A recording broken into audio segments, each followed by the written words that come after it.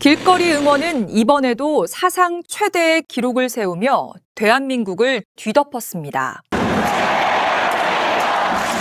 2002년 하면 뭐가 제일 먼저 떠올라? 2002년이면 월드컵 아니야? 맞아. 골 하나가 터지면 대한민국 어디에서나 함성이 터져나왔어. 처음 보는 사람끼리도 서로 끌어안으며 기뻐했지. 그런데 이 뜨거운 이야기는 월드컵 경기장에서 시작된 게 아니야. 그럼 어디서 시작된 건데? 5년 전 사람들이 내놓았던 반지에서 시작돼. 이 장면 잘 기억해둬. 그때가 1997년이었어. 대한민국에 외환위기가 닥쳤지. 어제까지 멀쩡히 다니던 회사가 갑자기 문을 닫고 하루아침에 일자리를 잃은 사람들이 쏟아져 나왔어. 가족에게 차마 말하지 못해서 평소처럼 출근하듯 집을 나선 사람도 있었어. 오랫동안 지켜온 가게 문을 닫고 돌아서야 했던 사람도 있었고, 그때는 당장 가족과 어떻게 살아가야 할지 눈앞이 막막한 사람들이 많았어. 그런데 이듬해 사람들이 집에 있던 금을 들고 나오기 시작했어. 엄마, 내 반지도 주는 거야? 우리도 조금 힘을 보태는 거야. 결혼 반지, 아이의 돌반지, 오래 간직했던 목걸이까지. 자기 앞날도 막막했을 텐데. 그래도 어떻게든 같이 버텨보겠다고 가장 소중한 걸 스스로 내놓은 거야. 그때는 아무도 몰랐겠지. 5년 뒤 반지가 전혀 다른 장면에서 다시 등장할 거라는 걸. 월드컵을 앞둔 대표팀에는 거스 히딩크라는 새 감독이 왔어. 세계 무대에서 경험을 쌓은 감독이었으니 기대도 컸지. 그럼 대표팀 성적도 바로 좋아졌겠네? 아니, 첫 시험부터 완전히 무너졌어. 프랑스의 0대5였어. 그래도 프랑스는 당시 세계 최강이었으니까 한 번쯤은 그럴 수 있지 않을까? 사람들도 그렇게 생각했어.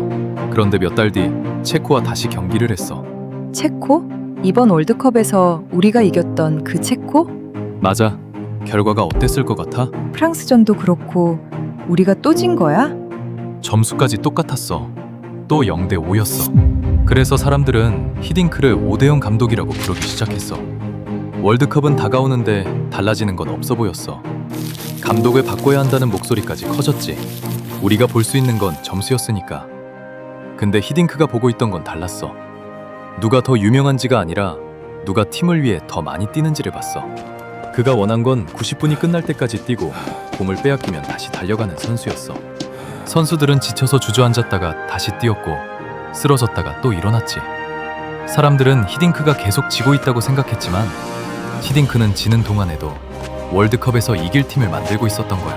그리고 마침내 모두가 기다리던 2002년 월드컵이 시작됐어. 대한민국은 폴란드를 2대0으로 꺾었어. 월드컵에 처음 나간 지 48년 만이거든. 첫 승리였지.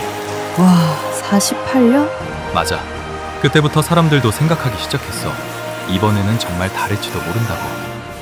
그리고 포르투갈전 21번 박지성이 결승골을 넣으면서 대한민국은 처음으로 16강에 올라갔어.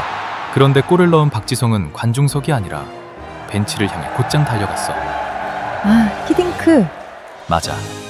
모두가 의심했던 감독과 그 감독이 끝까지 믿었던 선수가 그라운드에서 서로를 끌어안은 거야. 히딩크는 선수들을 믿었고 선수들도 끝까지 히딩크를 믿고 따라갔어. 그 믿음이 가장 선명하게 드러난 순간이었지. 하지만 16강에서 기다리고 있던 상대는 이탈리아였어. 우승 후보로 꼽히던 강팀이었지. 경기 초반 대한민국의 결정적인 기회가 찾아왔어. 페널티킥이었지. 키커는 19번 안정환. 차는 순간 막혔어. 그런데 더 안타까운 일은 그 다음에 벌어졌어. 기회를 놓친 지 얼마 지나지 않아 오히려 대한민국이 먼저 한 골을 내줬어. 후반 43분. 정규 시간만 보면 이제 2분밖에 남지 않았어. 선수들의 숨은 점점 거칠어졌어. 다들 이제 끝이라고 생각했겠네. 그 순간 관중 속의 함성은 오히려 더 크게 울려 퍼졌어. 선수들도 그 음원을 들으며 다시 힘을 냈고 이미 한계에 다다랐지만 누구 하나 뛰는 걸 멈추지 않았어. 사람들은 선수들과 함께 뛰는 심정으로 끝까지 외쳤어. 아직 끝난 게 아니라고. 그리고 바로 그때였어. 이탈리아 수비수가 제대로 걷어내지 못한 공이 설기현 앞으로 흘러왔어. 설기현이 공을 잡고 그대로 발에 휘둘렀어. 들어갔어. 설기현의 동점골. 끝났다고 생각했던 경기가 종료 직전에 다시 살아난 거야. 그렇게 정규 시간 90분이 끝났어. 하지만 끝난 게 아니었지. 마지막 30분. 필요한 건 단 한 골. 그리고 가장 큰 기회를 놓쳤던 선수에게 공이 다시 날아왔어. 안정환? 맞아. 수비수가 바로 뒤에 붙어 있었지만 안정환이 뛰어올랐어. 그리고 머리로 받아냈어. 이번에는 들어갔어. 공이 골망에 닿는 순간 경기는 그대로 끝났어. 첫 번째 기회를 놓쳤던 선수가 마지막 기회로 모든 걸 끝낸 거야. 그런데 골을 넣은 안정환이 뜻밖의 행동을 했어. 안정환은 관중석을 향해 달리면서 손에 끼고 있던 반지에 입을 맞췄어. 5년 전에는 사람들이 함께 버티기 위해 소중한 반지를 내놓았잖아. 그런데 5년 뒤에는 한 선수가 반지에 입을 맞추는 순간 온 나라가 함께 일어나 환호하고 있었어. 그리고 그날 술집은 골이 들어가는 순간 그대로 뒤집어졌어. 흥분한 손님이 오늘 술값은 자기가 내겠다며 골든벨을 울리기도 했어. 여기 술값 전부 제가 쏩니다. 술집 안만 그런 게 아니었어. 지나가던 자동차들까지 경적을 울리며 함께 응원했어.